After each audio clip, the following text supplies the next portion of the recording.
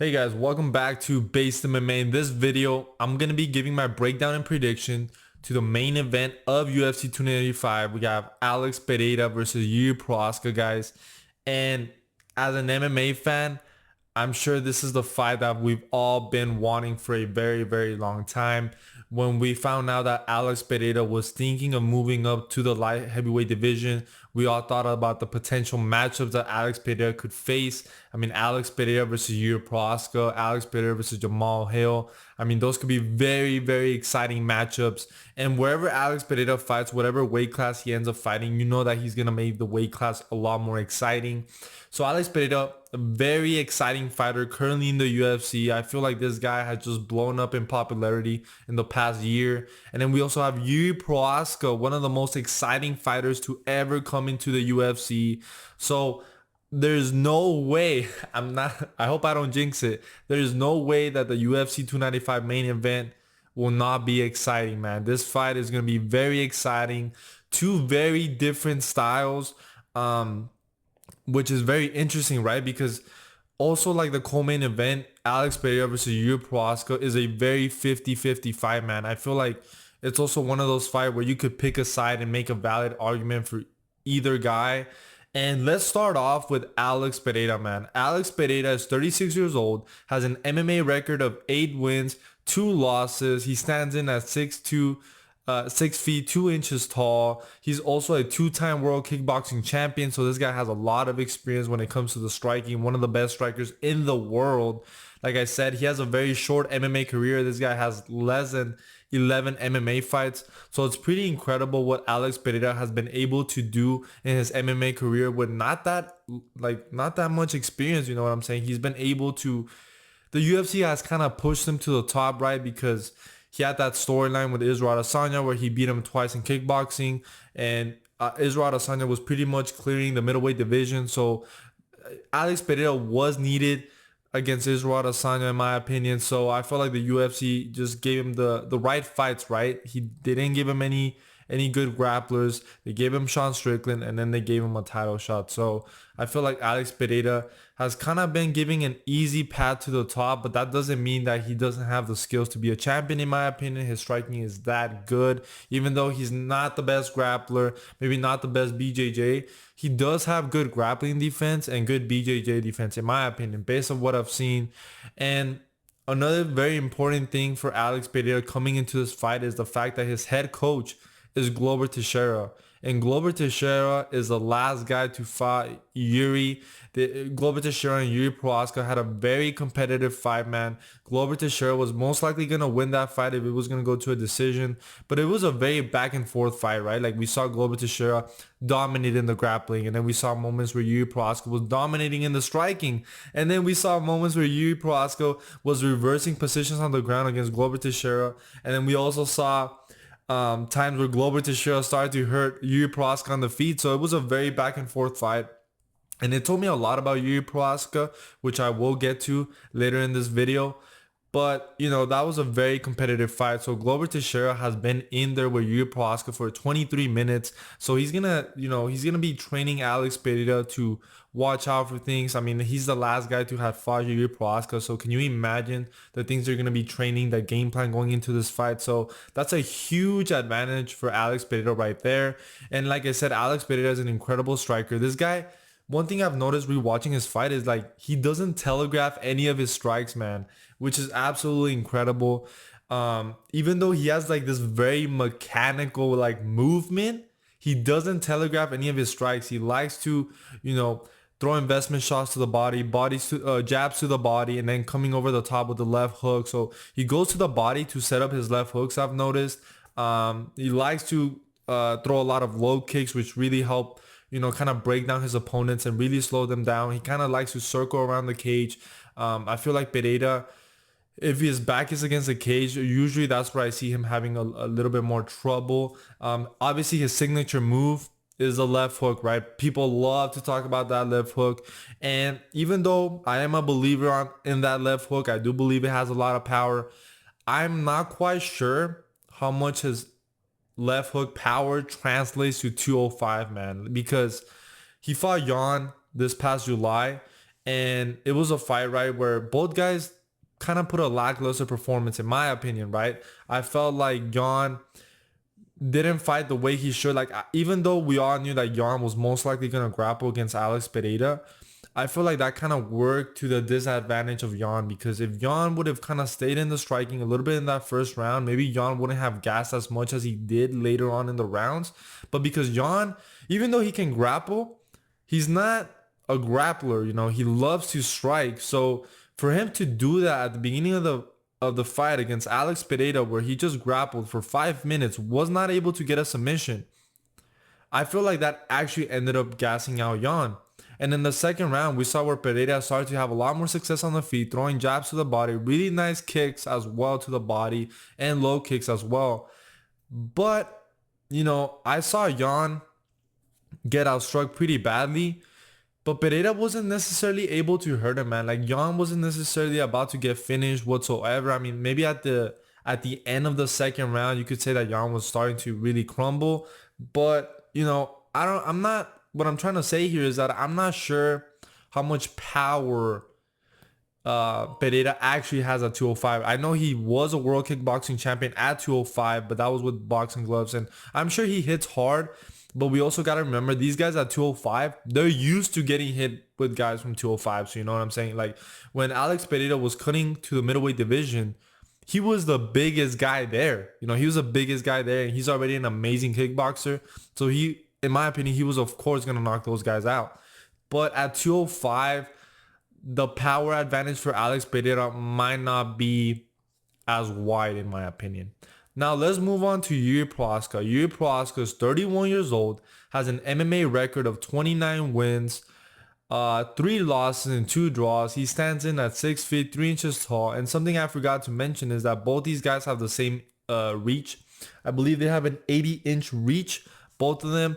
Jiri Prochazka has also had a very short career here in the UFC. I mean, he has 3 fights in the UFC, all won by finish. He's fought Ozdemir, Reyes, Glover Teixeira. So even though Jiri Prochazka has less fights in the UFC, he does have more MMA experience than somebody like Alex Pereira. And Jiri Prochazka, I mean, the narrative that you're going to hear about this fight is that Jiri Prochazka is a very unorthodox fighter, very unpredictable, has this wide stance, very powerful fighter. And I completely agree with all that. Jiri has a very unique style, has a style that is very hard to prepare for just because he's so unorthodox and he does things that most fighters probably cannot get away with doing. And with all that being said, I also think Jiri Prochazka is very durable, because something I noticed rewatching all his fights is that this man gets hit quite a lot, but he's still very durable, very tough, has a good chin in my opinion. And even though he gets hit a lot, when he hits his opponents, you could just tell that the power is very different, very evident right there. You know what I'm saying? Like, Jiri Prochazka hurts everyone with every strike he throws. Nasty right hands, nasty uppercuts. I think this guy is very dangerous in the pocket, and if he has Pereira against the cage, I think it's over for Alex Pereira. Like I said, he's very durable.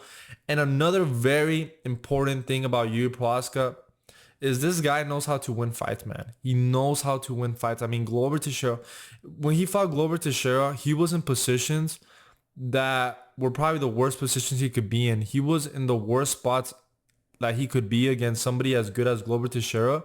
And he still finds ways to win or to survive, which I think is going to be very important coming into this fight. A weakness that Jiri Prochazka does have is he does keep his hands very low, and he gets hit quite a lot. But like I said, I feel like his durability does make up for that, guys. So now that I've established both these fighters, what is my prediction going into this fight, man? And like I said when I started this video, I feel like this is a fight where you can make really solid arguments for either guy. And it's going to be one of those fights, unfortunately, that when it's over, I feel like whoever's going to end up winning is going to be in brutal fashion. So if Alex Pereira wins, all the people that picks Alex Pereira are going to be like, you see, I told you. And the people that pick Jiri Prochazka are going to be like, see, I told you. So it's going to be one of those fights, you know what I'm saying? But like I said, I feel like this fight is a 50-50. I feel like this fight is really going to come down to Jiri Prochazka, the way Jiri Prochazka approaches this fight, because I feel like with Alex Pereira, we kind of know what he's gonna end up doing on the feet. He's gonna go do the same things, but what is Jiri gonna do in this fight? Is he gonna be pressuring Alex Pereira? Is he gonna wait for Alex Pereira to come to him? Is Jiri gonna grapple at the beginning of this fight? So I feel like this fight really is gonna come down to how Jiri Prochazka looks more than what Alex Pereira is gonna end up bringing to the table. So like I said, Jiri is a very unpredictable fighter. This guy has also not lost a fight since 2015. Jiri is a guy that finds a way to win. He can be in the worst positions. He can be badly hurt on the feet and he still manages to find a way to win. And I think Jiri is clearly the better MMA fighter while Pereira is clearly the better striker technically. And even though Jiri's striking is very unorthodox, I think it is very effective and he's able to hurt guys with shots from very awkward angles. I also believe that Jiri in this fight, he has his grappling to fall back if the fight starts to get really dicey on the feet. Whereas in Alex Pereira, like if he starts losing on the feet, he's most likely going to lose the fight. And another very important reason why I'm actually going to go with Jiri in this fight, guys, is that I feel like if Jiri gets hurt in this fight, I think he has a very good chance of surviving. While I think if Pereira gets hurt in this fight, which is very likely, I think he's as good as toast in my opinion. And we have to remember that it was not that long ago that Pereira was flatline KO by Israel Adesanya in the rematch. That he was winning. You know what I'm saying? He was winning that rematch up until he got caught being overzealous. And he's been caught with right hands before. And I'm talking before that first Israel Adesanya MMA fight. He's been caught like that also in kickboxing. So that's something to consider coming into this fight, man. And I don't really trust Pereira's chin, especially against such a wild, powerful guy like Jiri. Like Jiri is not going to play footsies with Alex Pereira. He's going to be throwing shots from angles that shouldn't be thrown. And I just feel like that might be too overwhelming for Pereira. And I just see an exchange where Pereira gets caught. Another thing, I was not too impressed with Pereira's performance against John, like I said. I thought it was a very lackluster performance from both. I mean, people were impressed with Pereira because they severely underestimated his grappling defense. But I was not too worried about his grappling against Jan because like I said, Jan is a striker at the end of the day. Can Jan grapple? Yes, he can. But he does not typically wrestle at the beginning of his fights, you know what I'm saying? And he's also 40 years old, so I feel like Jan is also not in his prime. And another thing people are going to argue when picking Pereira in this fight, they're going to say, well, Pereira has been active. That's a good point, right? That's a good point because Jiri Prochazka is coming off a really bad shoulder injury. He hasn't fought since June of 2022 against Glover Teixeira. And Pereira has had, I believe he fought Sean Strickland, Israel Adesanya again, and then Jan Blachowicz. So he's had 4 fights since Jiri Prochazka's last fight, which can be good in a way, but it could also be detrimental in my opinion because activity does not always mean better. Sometimes I feel like the fighters do need some time off to really let their body heal. And Pereira is 36 years old, man. He's kind of old now. You know what I'm saying? Even though he's barely starting his UFC career, he hasn't had that many fights in the UFC.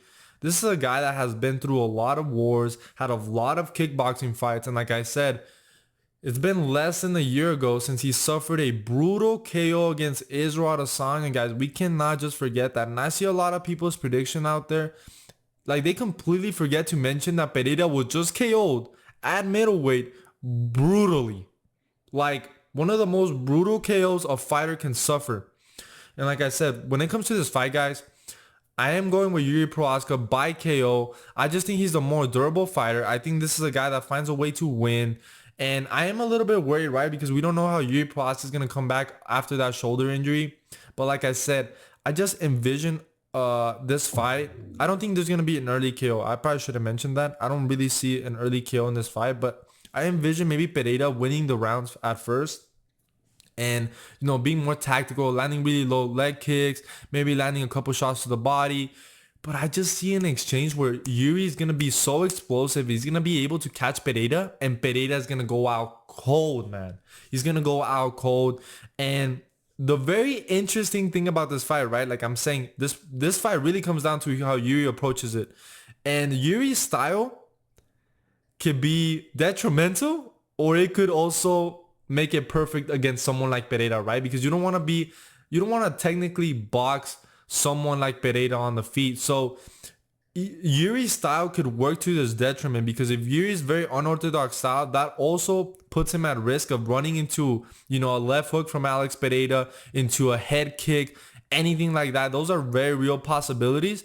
But in the same token, Jiri Prochazka's very unorthodox style can make it very easy for him to be able to land very powerful strikes on Alex Pereira. So like I said, I feel like this fight really comes down to Jiri Prochazka and the way he approaches this fight. And ultimately, guys, I do see an exchange where Jiri Prochazka is able to land maybe a nasty right uppercut or a nasty right hand that Alex Pereira doesn't really see coming, and is going to put down Alex Pereira. And even though it is very possible that Jiri Prochazka gets hurt in this fight, like I said, I just have more faith on Jiri Prochazka being able to survive punishment from Alex Pereira more than I have faith on Alex Pereira being able to suffer punishment for Jiri Prochazka. And that's really what it comes down to, where I feel like Jiri Prochazka is going to be able to impose more damage on Alex Pereira. And like I said, if it starts to get really dicey on the feet, I could even see Jiri Prochazka going for a takedown, maybe controlling Alex Pereira, being able to survive the round. So I feel like Jiri Prochazka is going to be the more dangerous fighter coming into this fight, even though Alex Pereira is technically the better striker. And I think that sometimes one of Alex Pereira's weakness that I don't see a lot of people mention a lot, I feel like his shot selection is not the best. You know what I'm saying? Sometimes it's not the best. I feel like he overthrows hooks a little bit too much. I feel like Alex Pereira needs to throw more straight punches. I feel like he would do a lot better if he throw more jabs, more right hands, but he loves to throw those hooks. He does throw a lot of jabs to the body, and he throws a lot of investment shots, but I don't know how that's necessarily going to work against someone like Jiri Prochazka, because if Alex Pereira gets too caught up throwing investment shots, I could see Jiri Prochazka catching him in one of those exchanges, guys. So like I said, ultimately, this is a very competitive fight. I think you can make a very valid argument to pick Alex Pereira to win this fight. But ultimately, guys, when I actually think about this matchup, and I've been wanting to pick Alex Pereira, guys, because he's one of my favorite fighters. But when I think about this matchup stylistically, and I try to envision how this fight could potentially play out, I just think Jiri Prochazka is way too dangerous. Is way too dangerous. And if you're not able to put him out clean, I just see him winning. I just see Jiri winning if he's not able to get KO clean, which Pereira definitely has a chance to KO Jiri. I'm not saying that Pereira doesn't have KO power, but what I'm saying is that I'm not sure how much that power translates to 205. And even though he caught Israel Adesanya, it wasn't like he put Israel Adesanya out cold. You know what I'm saying? The only person he really put out cold was Sean Strickland and Michailidis with that shift flying knee. But other than that, like, you know, not really. You know what I'm saying? He hasn't really put out people like that. So I just think Jiri Prochazka is just so dangerous, man. And I just have to go with him with this matchup. I know he is an underdog coming into this fight. And I am, like I said, guys, I am going with Jiri Prochazka to win this fight by KO, which is kind of sad, man, because I love both these guys, right? Pereira winning, he makes history. He would be a two-time world kickboxing champion and a two-time UFC champion, which would be absolutely incredible for his career. And then Jiri Prochazka, very exciting fighter, probably one of the most exciting fighters in the UFC, probably ever. If you watch any fight of Jiri Prochazka, even if you go back to before he was in the UFC, this guy is so exciting, very dangerous, very unorthodox striker.